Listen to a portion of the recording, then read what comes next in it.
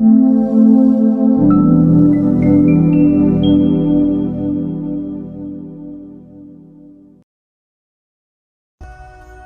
CGP Angkatan 7 1.4.A.9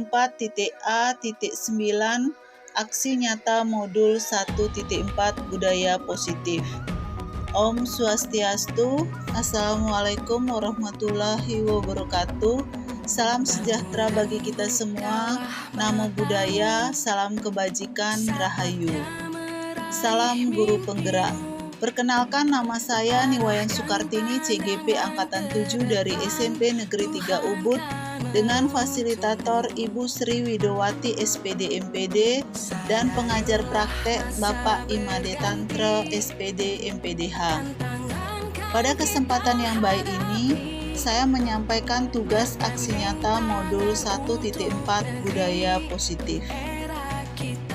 Sebelum mengadakan seri berbagi, izinkan saya menyampaikan rancangan tindakan untuk aksi nyata sebagai berikut.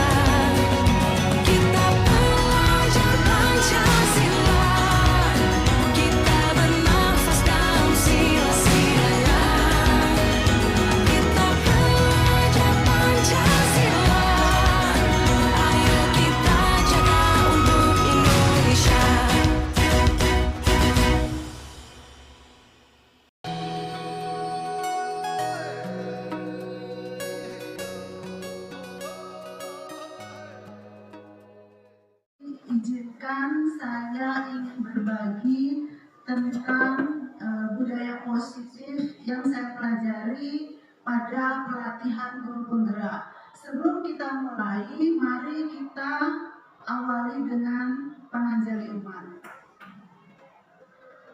Om Swastiastu.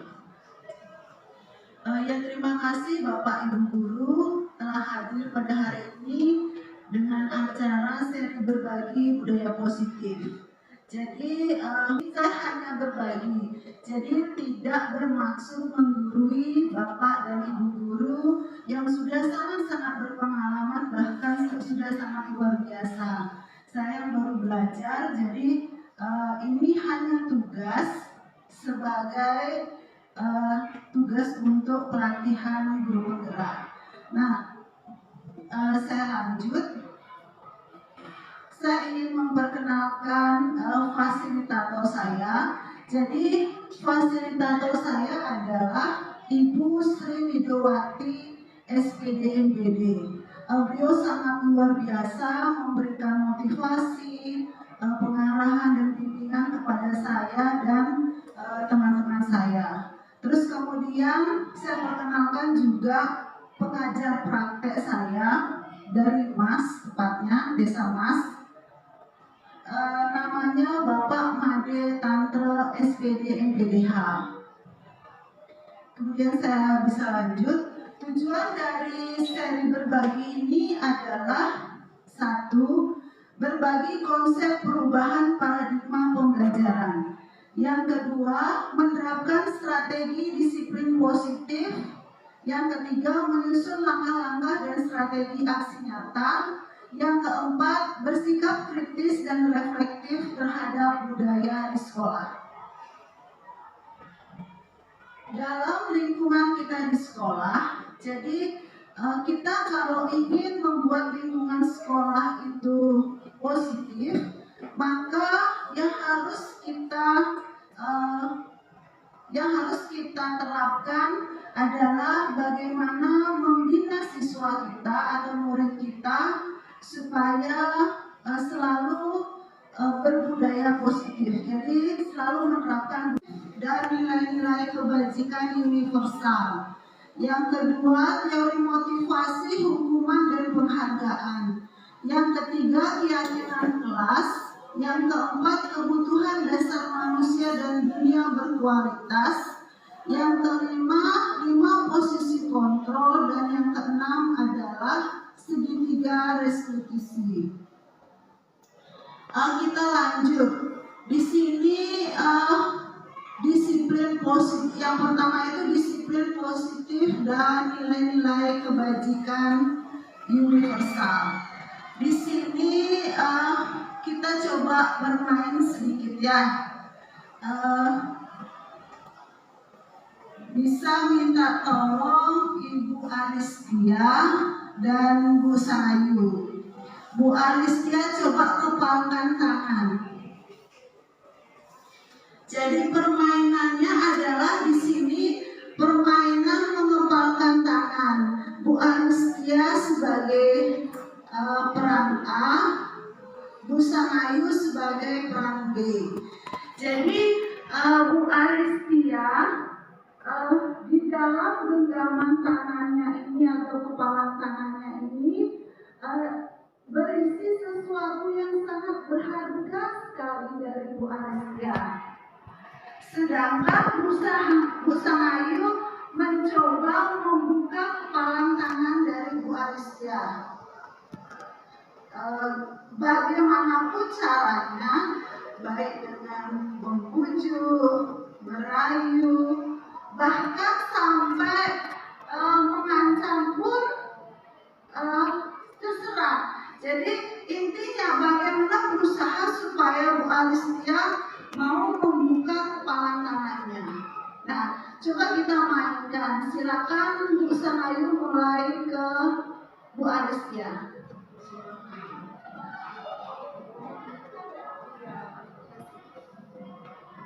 Boleh tahu isi dia dalamnya apa? Boleh. Kenapa nggak boleh bisa siapa langsung?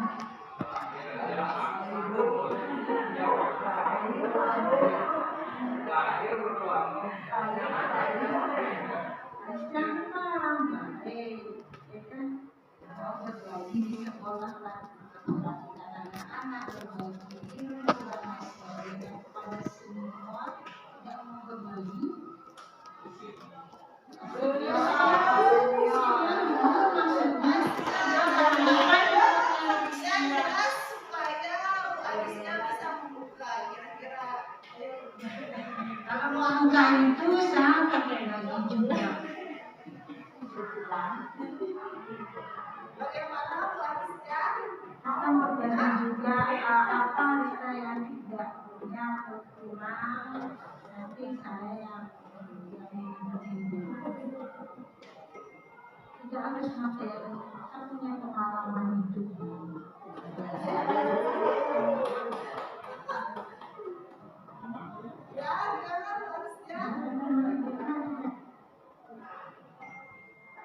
Ketika siswa atau murid itu, sehingga murid itu mau melaksanakan apa yang kita sampaikan.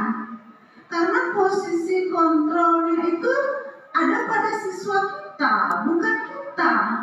Seperti itu. Nah, di sini ada dijelaskan stimulus respon dan teori kontrol. Kita berusaha sebagai seorang pendidik merubah paradigma dari stimulus respon ke teori kontrol. Realitas atau kebutuhan kita sama. Dulu kita berpikir bahwa siswa itu kebutuhannya sama. Si A sama nyari nilai, si B juga nyari nilai, kan gitu mungkin. Atau saya pun berpandangan seperti itu dulu. Terus kemudian menurut Dr. William Glasser ini, kita merubah paradigma menjadi teori kontrol. Sebenarnya realitasnya kebutuhan kita itu berbeda. Jadi setiap siswa kita itu memiliki keunikan tersendiri. Jadi punya potensi dan bakatnya masing-masing. Tentu dengan minat dan bakat yang berbeda, pasti kebutuhannya pun berbeda kan. Nah, dalam satu kelas tidak mungkin ada ranking satunya itu banyak. Pasti ranking 1 ya ranking 1, ranking 38 ya 38. Jadi setiap siswa mungkin yang ranking 1 dia bakat dan prestasinya di bidang akademik. Mungkin yang ranking 38 dia prestasi atau bakatnya seni, yang bisa dia kembangkan prestasinya di bidang seni. Jadi kita mesti mengetahui bagaimana kebutuhan dari siswa atau murid kita, sehingga kita bisa akhirnya proses pembelajarannya itu bisa berjalan dengan baik. Tapi ini memang sempurnanya kan seperti itu, teorinya kan seperti itu. Memang ini agak sulit lah, tapi kenapa tidak kita berusaha, kan seperti itu. Jadi saya pun kalau saya sudah belajar ini belum tentu kayaknya sudah semua muridnya bisa gitu, enggak juga. Tapi itulah kita saya ini proses belajar supaya ya minimal kita bisa menerapkannya sedikit demi sedikit. Nah, untuk yang lainnya nanti saya kirimkan soft copy-nya ya. Terus kemudian lanjut. Nah, apakah makna disiplin? Disiplin berasal dari bahasa Latin itu disiplin ya, yang artinya belajar. Pada dasarnya disiplin bukan hanya kepatuhan, belajar bagaimana menanamkan motivasi yang ketiga nanti pada murid-murid kita untuk menjadi orang yang mereka inginkan dan menghargai diri sendiri dengan nilai-nilai yang mereka percaya. Ini nilai-nilai kebajikan universal.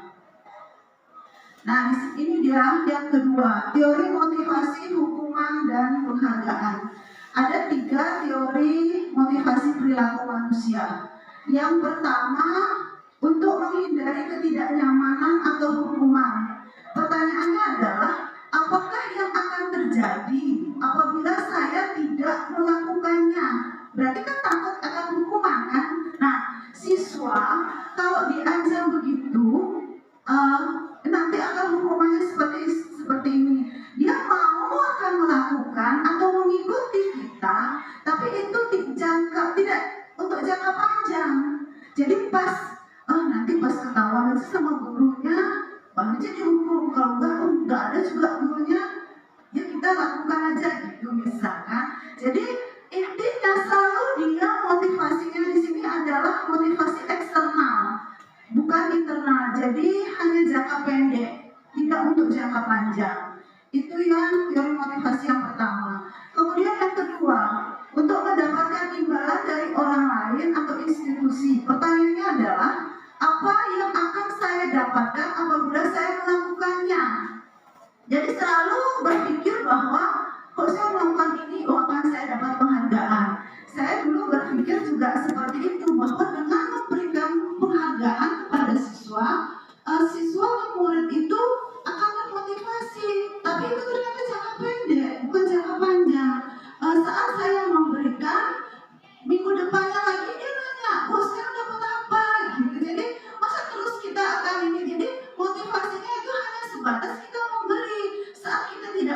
dan orang lain tidak membeli, berarti kan dia tidak ada motivasi gitu. Jadi motivasinya itu adalah jangka pendek. Kemudian yang ketiga adalah untuk menghargai diri sendiri menjadi insan harapan kita. Jadi pertanyaannya, saya akan menjadi orang seperti apa bila saya melakukannya. Jadi itu tumbuh dalam dirinya. Ini termasuk motivasi internal. Inilah yang kita perlukan untuk anak didik kita, supaya anak didik kita atau murid kita bisa memunculkan motivasi internalnya. Jadi seperti itu. Nah, berbicara mengenai motivasi ini, saya sedikit apa namanya ini ya, sharing atau curhat atau apa. Jadi terkait dengan motivasi internal, saya sebenarnya mencoba ikut daftar pelatihan guru penggerak ini bukan dari diri sendiri awalnya. Jadi bukan motivasi internal. Jadi saya disuruh sama Pak Ade Sukardiasa. Jadi waktu itu dulu ikut pelatihan guru penggerak gitu. Apa itu kan gitu. Terus kemudian ya itu penting kok dulu, pokoknya guru honorer penting gitu. Terus itu pertama saya cuekin. Kemudian hari kedua ketemu lagi, sudah daftar belum? Terus kok belum daftar Juli sudah gitu. Bu Juli katanya sudah. Terus ya gitu. Belum juga saya hari ketiga lagi saya diingetin, ternyata Bu Juli kan sudah daftar. Bu Juli sudah daftar gitu. Saya tanya, Bu Juli benar udah daftar? Kalau misalnya enggak, mungkin saya enggak daftar. Terus udah daftar Bu Juli? Iya sudah daftar. Daftar apa enggak ya gitu. Bukan sekarang laptopnya gitu Pak Ade. Langsung suruh buka, langsung disuruh daftar. Ya akhirnya saya daftar. Sebenarnya ini adalah motivasi eksternal awalnya. Tapi ternyata setelah perjalanan pelatihan yang saya dapatkan, akhirnya muncul dalam diri saya nggak ada tujuan lain. Maksudnya kadang orang berpikir bahwa ikut pelatihan ini supaya nanti mau jadi kepala sekolah, itu ada iming-imingnya, kemudian jadi pengawas atau apalah. Jadi ternyata setelah kita melewati proses pendidikannya, itu senang gitu loh, senang dan menikmati. Kok kayaknya enjoy, walaupun memang ada tugas, tapi kayaknya kok tertantang. Kok kita rasanya ini nggak bisa, berusaha nggak bisa gitu. Jadi akhirnya muncul motivasi intrinsik dalam diri saya ikuti dengan sebaik-baiknya seperti itu.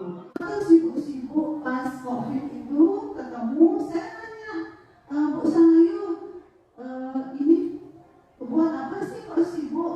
Ini tugas WS gitu. Saya kepikiran, apa itu WS gitu? Nggak tahu terus terang saya WS. Nggak ingat juga nanya gitu.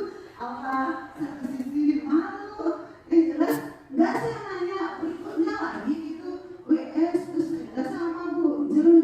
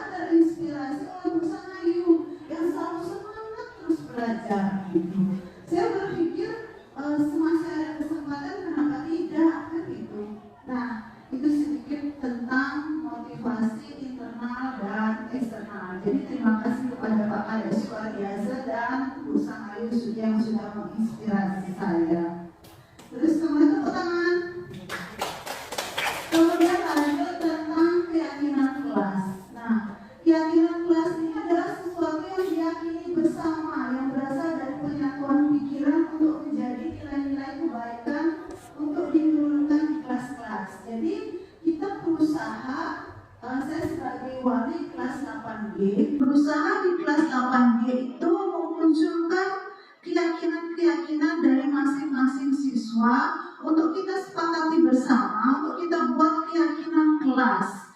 Sehingga jika itu dilanggar dan sebagainya, kita mesti pertanyakan apa alasannya. Nah, langkah-langkah pembuatannya adalah pertama, curah pendapat dari masing-masing siswa. Nah, kebetulan kemarin itu selama 1 minggu itu saya tidak ada pertemuan di kelas 8G karena hari Sabtu kan libur. Sehingga saya untuk keyakinan kelas ini setiap awal semester ya. Jadi kebetulan sekarang saya mulai baru belajar pelatihan guru penggerak sekarang kan saya mulainya di semester 6. Jadi saya berikan Google formulir, jadi ada beberapa keyakinan kelas itu kalau nggak salah 20. Nanti siswanya memilih hanya 5 keyakinan kelas yang dia yakini. Setelah itu saya merekap. Setelah direkap itu saya cari yang tertinggi persentase yang dipilihnya. Terus kemudian kita buatkan di kertas manila. Itu yang kita sepakati, kemudian kita tanda tangani.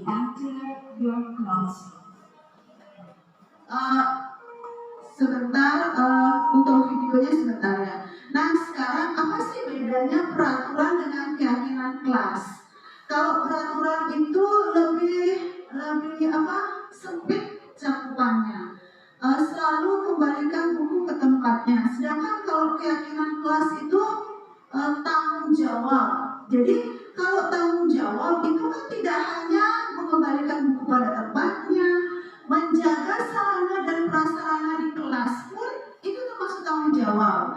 Atau temannya pinjam pulpen atau buku ke temannya juga merupakan tanggung jawab. Jadi keyakinan kelas itu lebih luas dibandingkan dengan peraturan kelas. Sekarang kita akan tandatangani kesepakatan kelas kita, yaitu keyakinan kelas yang sudah kalian buat masing-masing. Nah, kemarin Ibu kan sudah kirimkan Google formulir ya, Google Form. Jadi ada banyak pilihan contoh-contoh keyakinan kelas. Jadi di sana dalam pemilihan itu Ibu sudah sampaikan ke kalian, silakan pilih 5 saja untuk kita jadikan keyakinan kelas kita untuk kita sepakati bersama. Dan kalian sudah semuanya mengumpulkan Google formulir tersebut, masing-masing orang itu 5 keyakinan kelas. Nah, dari kesemua anggota kelas ini sudah Ibu rekap dan Ibu pilih yang tertinggi prosentasenya. Jadi berdasarkan rekapan tersebut sudah akan terpilih 5 keyakinan kelas. Yang 5 keyakinan kelas ini yang pertama adalah saling peduli, menghargai dan membantu sama lain. Itu kurang lebih 62% yang memilih keyakinan kelas ini. Terus kemudian yang kedua, bekerja sama menjaga kebersihan kelas. Ini sekitar 56% yang memilih. Itu yang nomor 2 tertinggi. Kemudian yang ketiga, saling menghargai dan menghormati. Itu sekitar 54%. Lanjut yang keempat, bertanggung jawab mengerjakan tugas piket. Itu kalau nggak salah 52%. Dan terakhir, bersikap sopan dan menghormati guru. Itu sekitar 50%. Jadi 5 yang tertinggi itu berdasarkan pemilihan dari keyakinan kelas dari kalian. Itu sudah kita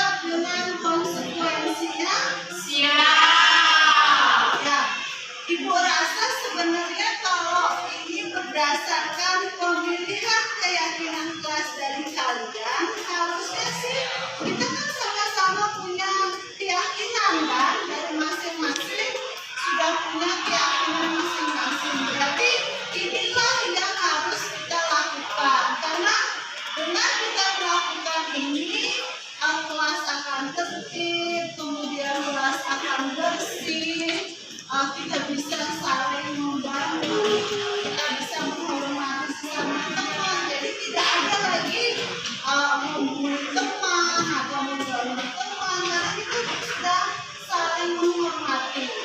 Ibu harapkan dengan adanya keyakinan kelas ini, kita bisa membuat kelas ini menjadi lebih baik, solid. Paling utama adalah buatlah yang terbaik di kelas ini. Seperti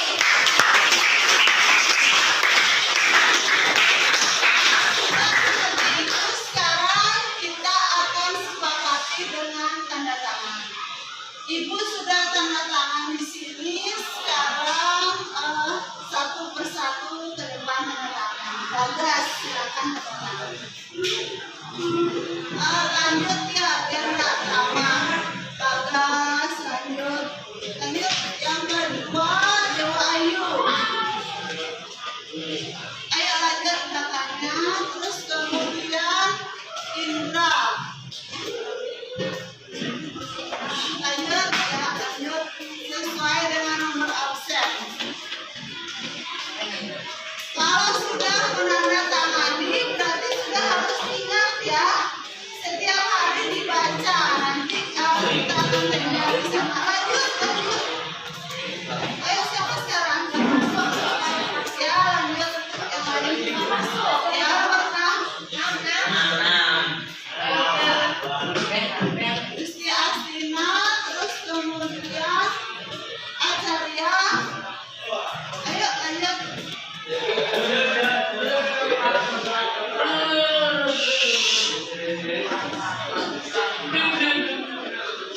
Yulianta, Aris,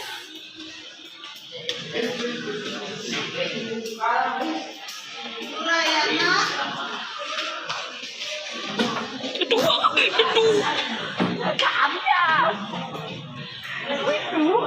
Andika,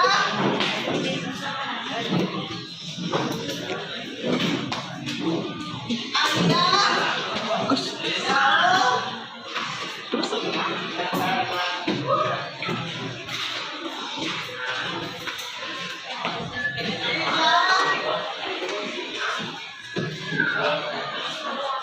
lanjut Deva,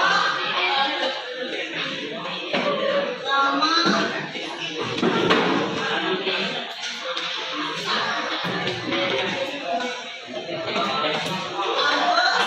Agus,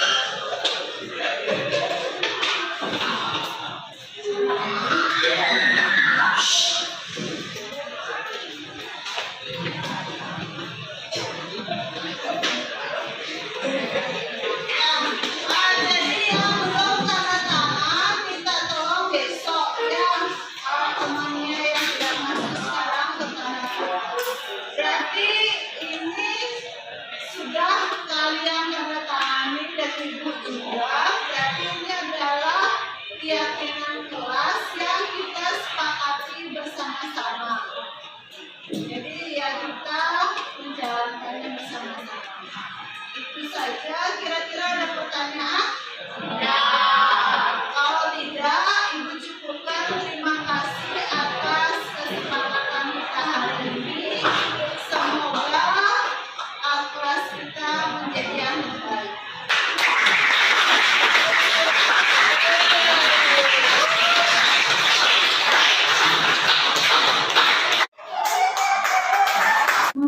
Diakui memiliki kemampuan, itu penguasaan. Kemudian kasih sayang dan rasa diterima. Jadi seseorang itu membutuhkan kasih sayang dan rasa diterima. Kemudian kesenangan, setiap orang juga membutuhkan kesenangan. Selanjutnya ada kebebasan, setiap orang memiliki kebebasan. Nah, kenapa kita mesti perlu mengetahui kebutuhan dasar manusia? Ini bisa kita terapkan ke siswa kita atau murid kita. Dengan kita mengetahui kebutuhan dasar dari masing-masing siswa kita, kita akan bisa berusaha memenuhinya. Jadi misalkan saya kasih contoh. Jadi ada seorang siswa di rumahnya mungkin keluarganya broken home. Jadi kan tentu kasih sayang dan perhatian itu kurang dari orang tuanya.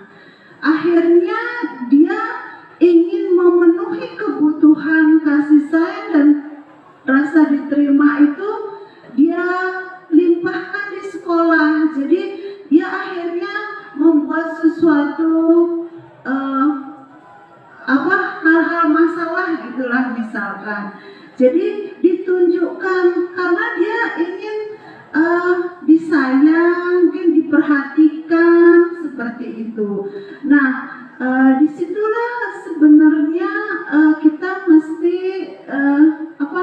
berusaha untuk menggali kira-kira kebutuhan dasarnya apa yang tidak terpenuhi. Jadi kita berusaha untuk memenuhinya dan dia sendiri harus mengetahui ternyata kebutuhan dasar apa yang harus dia penuhi dan dia berusaha juga untuk memenuhinya.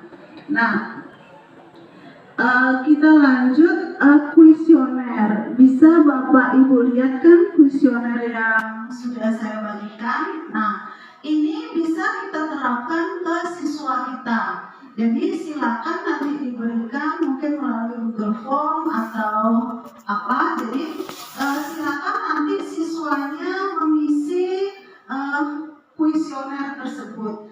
Jadi kuesionernya itu ada 1 nilainya 3 dan 5. Jadi kuesionernya itu ada pertanyaan-pertanyaan sebanyak 40 pertanyaan. Jadi misalkan saya senang berteman. Jadi siswanya harus merasakan sendiri apa dia tipe orang yang senang berteman atau tidak, atau menyendiri, kan berbeda-beda ya. Jadi kalau tidak benar dari angkanya 1, kadang-kadang 3, sangat benar itu 5. Nah, apapun yang dipilih siswa, misalnya satu orang si A, dia sudah mengisi di total. Jadi cara penganalisanya adalah nomor soal 1 sampai 10, seandainya itu yang tertinggi nilainya, berarti kebutuhan kasih sayang dan rasa diterimanya itu yang mereka perlukan. Jadi seperti itu. Terus begitu juga kalau nomor 11 sampai nomor 20, ternyata itu yang lebih tinggi dibandingkan yang lainnya. Berarti kebutuhan akan diterima bahwa dia mampu atau dia ingin menjadi ketua kelas dan sebagainya. Jadi merasa kebutuhan kekuasaannya yang belum terpenuhi. Jadi inilah sebenarnya setelah dianalisa, inilah tujuannya supaya masing-masing dari siswa itu mengetahui kebutuhan mana yang mereka butuhkan, sehingga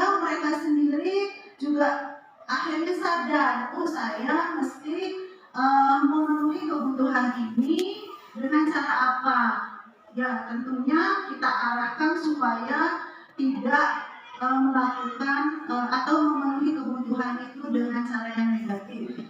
Seperti yang saya kasih contoh tadi, ya. Kemudian kita lanjut, dunia berkualitas. Ini adalah tempat khusus dalam pikiran Anda, tempat Anda menyimpan gambaran representasi dari semua yang Anda inginkan. Bisa berisi orang-orang, hal-hal dan apa saja yang terbaik dalam hidup Anda, merasa bahagia dan terpenuhi kebutuhan dasar Anda. Nah, maksudnya dunia berkualitas itu yang dalam pikiran anak-anak tersebut. Misalkan kita mesti koreksi diri sebagai seorang pendidik. Apakah nama kita sudah masuk ke dunia berkualitasnya mereka dari masing-masing itu? Seandainya misalkan kita mengarahkan seorang ke buat tugas, ternyata dia tidak mau, berarti dianggap bahwa kita bukan apa-apa, kita enggak penting gitu. Jadi kita berarti belum mampu masuk ke dunia berkualitasnya mereka. Jadi saat mereka mau mengikuti atau saat kita mengatur atau mengarahkan mereka, dulu saya sebutkan aja dulu. Satu, sebagai penghukum. Dua, sebagai pembuat rasa bersalah.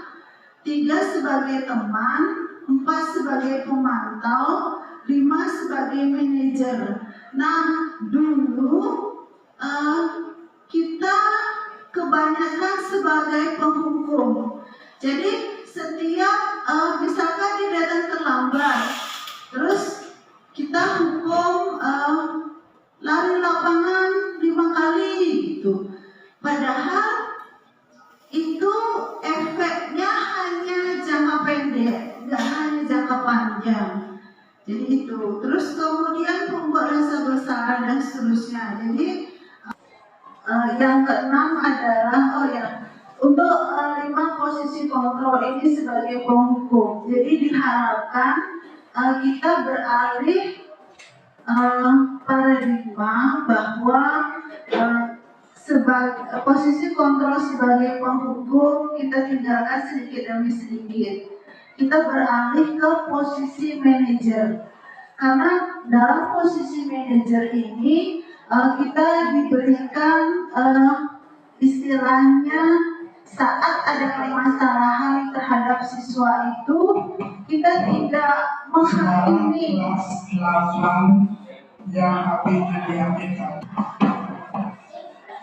sebagai penghukum, kemudian sebagai pembuat rasa bersalah. Jadi ini juga untuk jangka pendek karena siswa berpikir sangat merasa bersalah dan akhirnya down bahwa dirinya itu tidak mampu dan tidak akan bisa melakukan sesuatu, selalu membuat minder atau rendah diri.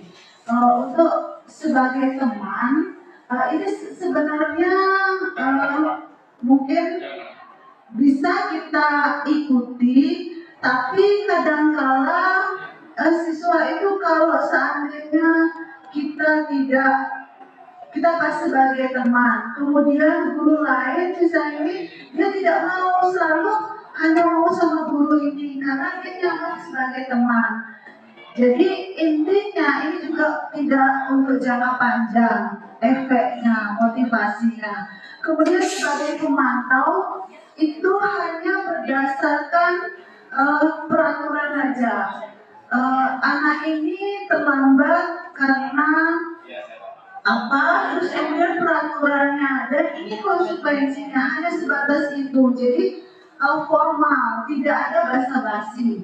Terakhir adalah sebagai manajer. Nah, di posisi manajer inilah yang sebenarnya diharapkan kita sebagai seorang pendidik dalam mendidik murid atau siswa kita. Jadi di sini kita tidak menghakimi, tapi kita menanyakan apa sebenarnya alasannya. Karena menurut Dr. William Glasser itu bahwa setiap perbuatan itu ada tujuannya. Jadi Saat dia melakukan kesalahan, pasti ada tujuannya. Belum tentu serta-merta itu hal yang negatif. Jadi harus tahu dulu alasannya apa, terus kemudian dia sendiri yang nanti kita minta untuk mencari solusinya. Kelima posisi tersebut, mari kita saksikan kasus Naren yang terlambat hadir 20 menit di sekolah dan melihat bagaimana kelima posisi kontrol dalam menghadapi masalah tersebut.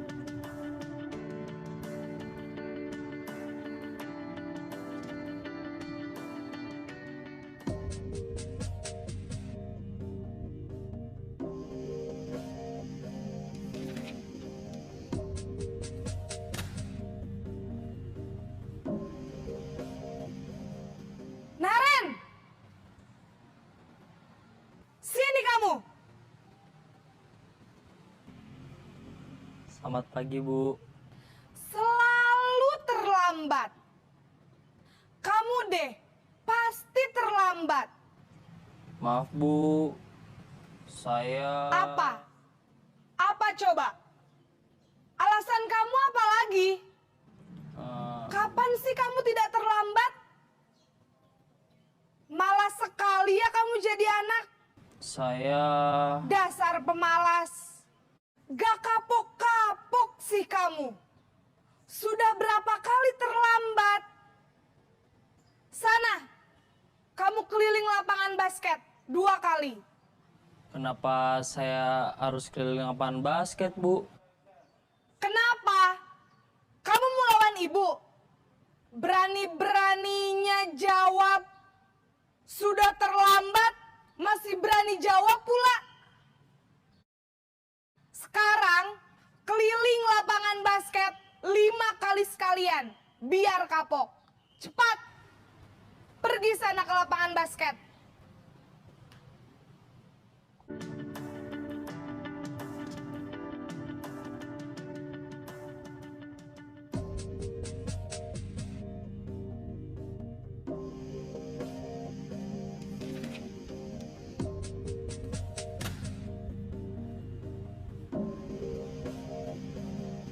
Naren!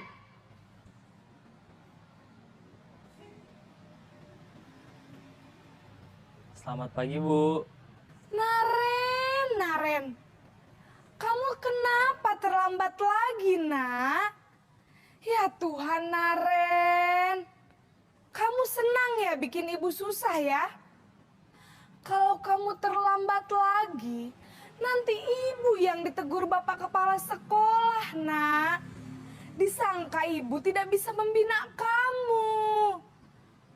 Duh, gimana ini? Maaf, Bu. Duh, Gusti Naren. Kamu suka ya kalau ibu ditegur bapak kepala sekolah? Terus, sekarang ibu harus tulis apa ini di buku absen? Ini kamu sudah sering terlambat loh. Ibu harus apa coba? Maaf, Bu. Maaf sekali. Ya sudah, lain kali jangan bikin ibu susah lagi ya nak ya. Ibu tidak akan kuat lagi kalau kamu begini terus. Bisa jantungan kalau ibu ditegur bapak kepala sekolah. Sana cepat ke kelas. Maaf ya, Bu. Maaf sekali.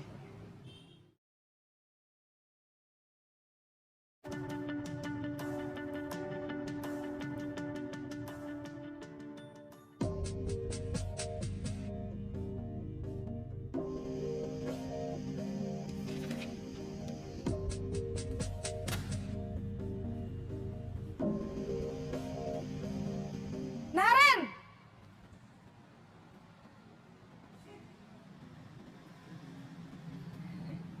Selamat pagi, Bu. Wah, sudah jam berapa ini nak? Terlambat lagi ya sayang. Iya, Bu. Habis ibu saya lupa membangunkan saya, Bu. Kamu malah menyalahkan ibu kamu. Kamu bukannya anak yang larinya paling kencang. Kok terlambat sih? Iya Bu, saya memang terlambat bangun tadi. Jadi biarpun saya lari kencang, tetap gak kekejar Bu. Ya sudah sana. Nanti lain kali larinya lebih kencang lagi ya. Biar gak terlambat lagi. Bikin seneng ibu. Demi ibu. Bisa kan? Bisa lah Bu. Ya sudah sana masuk kelas. Ibu beresin urusan absen kamu. Kamu ini ada-ada saja.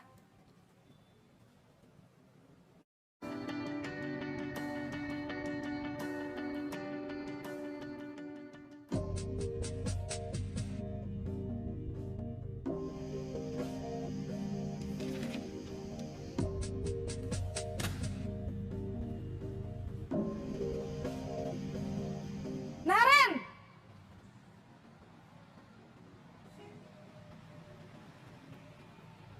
Selamat pagi Bu. Naren, apa peraturan sekolah kita tentang jam berapa kita harus masuk sekolah, nak? Kita harus di sekolah jam 7 Bu. Iya, betul. Sekarang sudah jam 7.20. Naren sudah tahu konsekuensinya jika terlambat hadir. Paham Bu. Saya harus tinggal kelas pas jam istirahat selama 20 menit. Iya, benar. Konsekuensinya demikian. Jadi nanti jam 9.30 pas istirahat, kamu harus tinggal di kelas, kerjakan tugas tambahan untuk ketertinggalan kamu, ya? Baik Bu.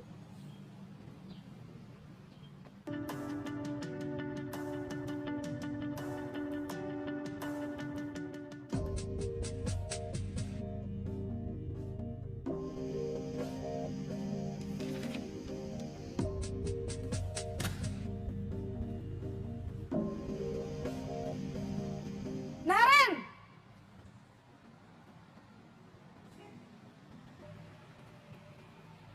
Selamat pagi Bu. Selamat pagi, Naren. Maaf Bu, saya terlambat.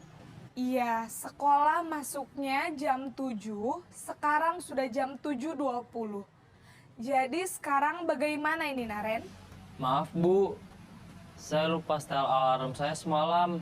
Baiklah, menurut kamu, keyakinan sekolah yang mana yang perlu kamu tingkatkan? Menghargai diri sendiri dan orang lain mungkin ya Bu. Setuju. Jadi, apakah Naren meyakini prinsip saling menghormati tersebut? Iya Bu, saya meyakininya. Apakah Naren bersedia memperbaiki masalah keterlambatan ini? Bersedia Bu. Bagaimana kamu akan perbaiki masalah keterlambatan ini? Saya akan coba untuk tidak lupa menyetel alarm saya Bu. Baik, kalau Naren lupa menyetel alarm di rumah, ada orang yang kira-kira bisa bantu mengingatkan tidak? Ada Bu. Kakak saya, Kak Ema. Ada lagi selain Kak Ema? Selain Kak Ema, ada ibu saya. Baik, jadi yang mengingatkan Naren adalah Kak Ema dan ibu kamu ya? Kira-kira akan mulai setel alarm kapan nih, Naren? Setelah pulang sekolah, akan segera saya lakukan. Baik, jadi Naren akan setel alarm untuk bangun besok pagi dan akan diingatkan oleh kakak dan ibunda Naren ya. Ada lagi yang mungkin perlu dilakukan, Naren? Agar tidak terlambat bangun lagi. Tidak ada Bu. Baik, Naren. Terima kasih untuk kerjasama kamu. Sekarang kamu perlu kembali ke kelas untuk belajar. Baik Bu, terima kasih. Sampai dia merasa down dan akhirnya pikirannya tidak mampu memberikan solusi terhadap dirinya sendiri apa permasalahannya. Terus kemudian yang kedua, validasi tindakan yang salah. Kita validasi kalau berbuat salah, setiap orang pasti tidak sempurna. Semua orang punya salah, tapi bagaimana kita berusaha memperbaikinya dan bagaimana kita berusaha mencari solusi untuk kesalahan tersebut supaya tidak diulangi lagi. Kemudian inilah namanya segitiga restitusi. Menstabilkan identitas, kemudian validasi tindakan yang salah, yang terakhir adalah menanyakan keyakinan.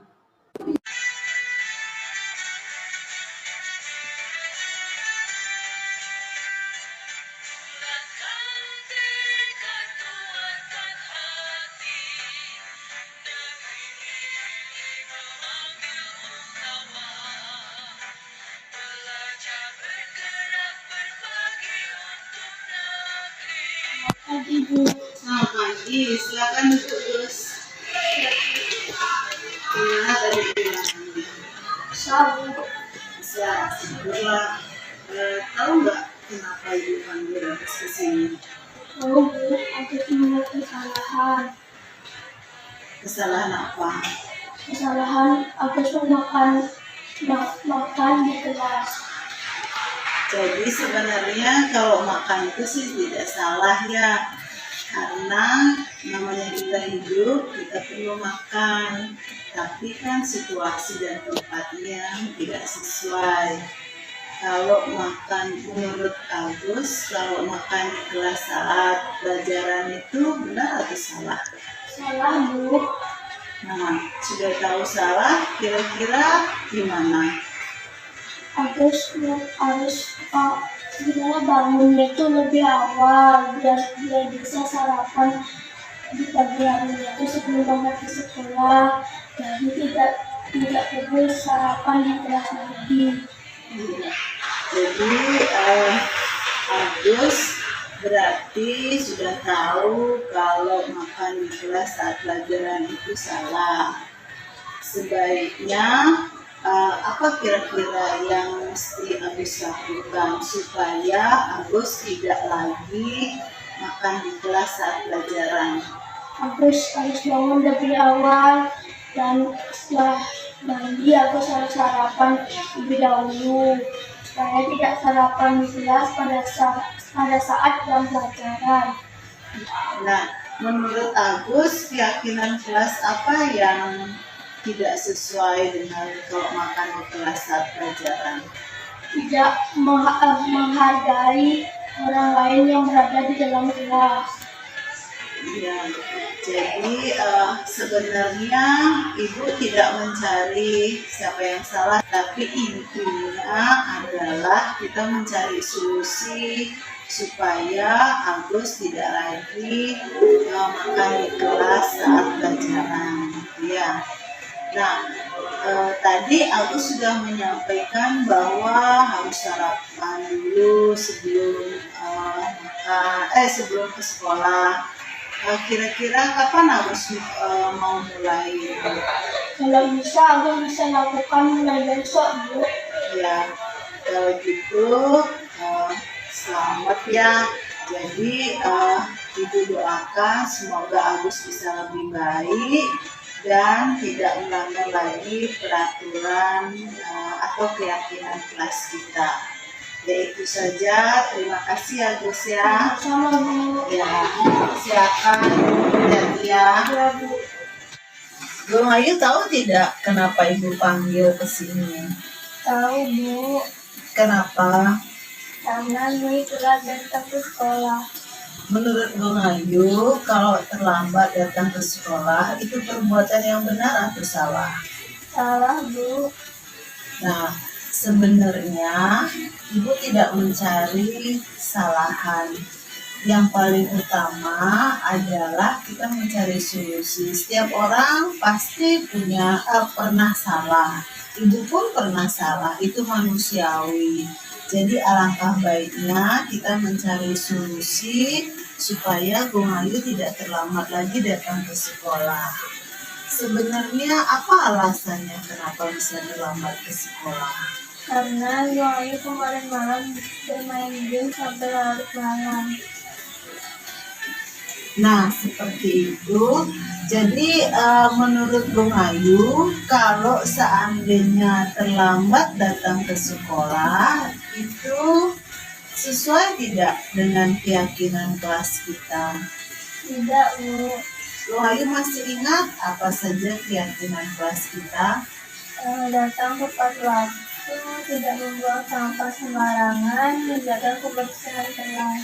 Nah, berarti kalau seandainya terlambat datang ke sekolah, itu tidak sesuai dengan keyakinan kelas yang mana? Datang tepat waktu. Ya, sebenarnya kita tahu bahwa itu tidak sesuai dengan keyakinan kelas datang tepat waktu. Nah, menurut Bung Ayu, langkah-langkah apa yang bisa dilakukan supaya Bung Ayu tidak terlambat lagi datang ke sekolah? Dengan tidak bermain game sampai larut malam. Terus, Dan tidak tidur terlalu malam. sehingga Sehingga besoknya tidak telat bangun lagi. dan bisa datang tepat waktu. Nah, itu Bung Ayu sudah tahu langkah-langkah yang harus dilakukan. Kapan Bung Ayu bisa mulai melakukan langkah-langkah ini? Besok, Bu. Oh, sudah, Ibu cukup. Jadi Ibu doakan semoga Bung Ayu bisa melaksanakan itu dengan baik dan bisa datang tepat waktu ke sekolah, tidak terlambat lagi. Bung Ayu bisa? Bisa, Bu. Nah, itu saja. Terima kasih Bung Ayu. Bung Ayu sekarang bisa kembali ke kelas ya. Om Swastiastu. Perkenalkan, nama saya Immanuel Agus Juliawan dari kelas 8G. Saya dipanggil oleh Bu Sukartini karena saya melakukan kesalahan, yaitu makan di dalam kelas pada saat jam pelajaran. Bu Sukartini tidak memarahi saya. Kami mencari solusi atas kesalahan saya. Terima kasih Bu Sukartini, saya tidak akan mengulanginya lagi. Om Santi Santi Santi Om. Om Swastiastu. Perkenalkan, nama saya Nagum Ayu Dirista Padmasari. Saya dari kelas 8F. Di sini saya dipanggil oleh Bu Sukartini karena saya melakukan kesalahan, yaitu telah datang ke sekolah. Bu Sukartini tidak memarahi saya, tapi kita mencari solusi tentang permasalahan saya. Saya berjanji tidak akan mengulangi kesalahan saya. Terima kasih Bu Sukartini. Om Santi Santi. Pertanyaan saya, tadi disampaikan bahwa sebaiknya kita sebagai seorang pendidik menerapkan posisi manajer. Apabila posisi manajer tidak mampu menyelesaikan masalah, adakah strategi lain? Terima kasih. Bisa kita kembali ke posisi pemantau. Jadi kalau posisi pemantau itu sudah berdasarkan dengan peraturan. Jadi seperti ini, adik sudah melakukan seperti ini. Kira-kira keyakinan apa yang tidak sesuai dengan yang adik lakukan saat ini, keyakinan sekolah kita. Kan mereka dia sudah menyampaikan, saat dia menyampaikan di peraturan sekolah dari keyakinan yang sudah kita sepakati di sekolah, ternyata seandainya melakukan kesalahan ini, konsekuensinya adalah seperti ini. Berarti ini yang kita terapkan sebagai pemantau. Jadi berdasarkan peraturan yang ada.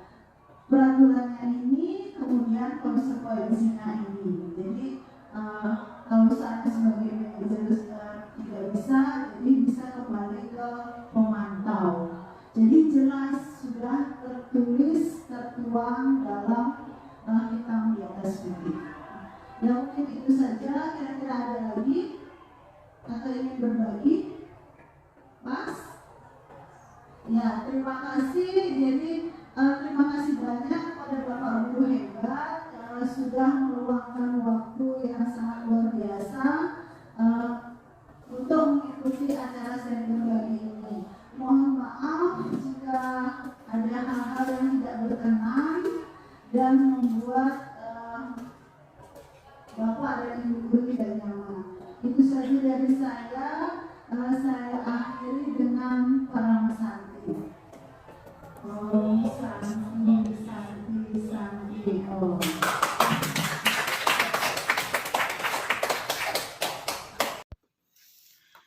Akhir kata yang dapat saya simpulkan adalah sebagai berikut. 1. Untuk membangun budaya yang positif, sekolah perlu menyediakan lingkungan yang positif, aman dan nyaman, agar murid-murid mampu berpikir, bertindak, dan mencipta dengan merdeka, mandiri, dan bertanggung jawab. 2. Kita sebagai seorang pendidik sebaiknya terus belajar meningkatkan kompetensi dan profesional serta merefleksi diri supaya mampu menerapkan posisi kontrol manajer yang menuntun murid yang merdeka dan bertanggung jawab. Demikianlah pemaparan tugas aksi nyata modul 1.4 tentang budaya positif. Terima kasih. Om Santi, Santi, Santi, Om. Wassalamualaikum warahmatullahi wabarakatuh.